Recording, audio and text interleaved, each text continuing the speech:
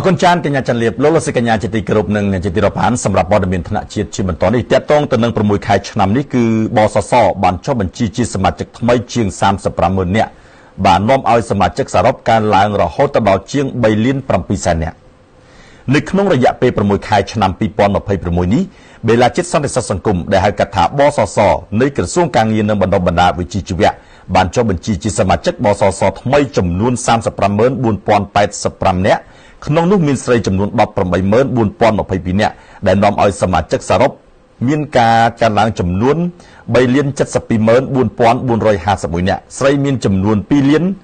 2,712,812នាក់លោកបណ្ឌិតហេងសុផានរិទ្ធដែលជាអគ្គនាយករងបសសនិងជាអ្នកនាំពាក្យក្រសួងការងារនិងបណ្ដុះបណ្ដាលវិជ្ជាជីវៈលោកបានមានប្រសាសន៍ថា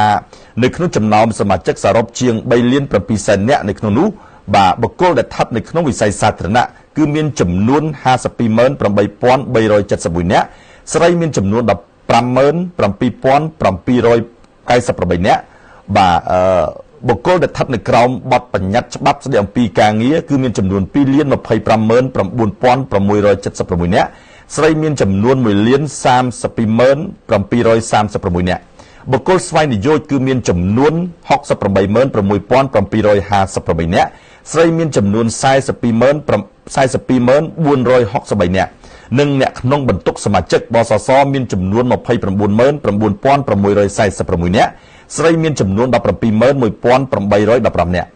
លោកបណ្ឌិតលោកបានបន្តថាការកើនឡើងនៃចំនួនសមាជិកបសសជាបន្តបន្ទាប់នេះគឺដោយសារតែបងប្អូនប្រជាប្រដ្ឋមានជំនឿទុកចិត្តមកលើសេវាបសស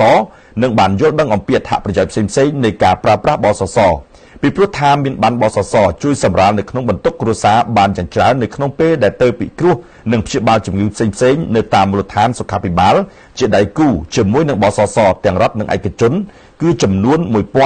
1,599កន្លែងនៅទូទាំងប្រទេសកម្ពុជាដោយសារតែរាល់ការចំណាយគឺជាបន្ទុករបស់បសសគូបញ្ជាក់ថារហូតមកដល់ពេលនេះរាជរដ្ឋាភិបាលកម្ពុជាបានអនុវត្តរបបសន្តិសុខសង្គមចំនួន3រួមមានទី1របបសន្តិសុខសង្គមផ្នែកហានិភ័យការងារទី2របបសន្តិសុខសង្គមផ្នែកថែទាំសុខភាពនិងទី3របបសន្តិសុខសង្គមផ្នែកប្រាក់សោធនក្រៅពីនេះរដ្ឋាភិបាលក៏បានប្រកាសដាក់ឲ្យអនុវត្តរបបសន្តិសុខសង្គមផ្នែកថែទាំសុខភាពតាមរបបភាគទានដោយស្ម័គ្រចិត្តកាលពីថ្ងៃទី14ខែវិច្ឆិកាឆ្នាំ2023កន្លងទៅនេះដែលផ្ដល់ឲ្យបុគ្គលស្វ័យនិយោជទទួលបានអត្ថប្រយោជន៍ពីបសសជាច្រើនដូចជាការព្យាបាលនិងថែទាំវិទ្យាសាស្ត្រដោយឥតគិតថ្លៃ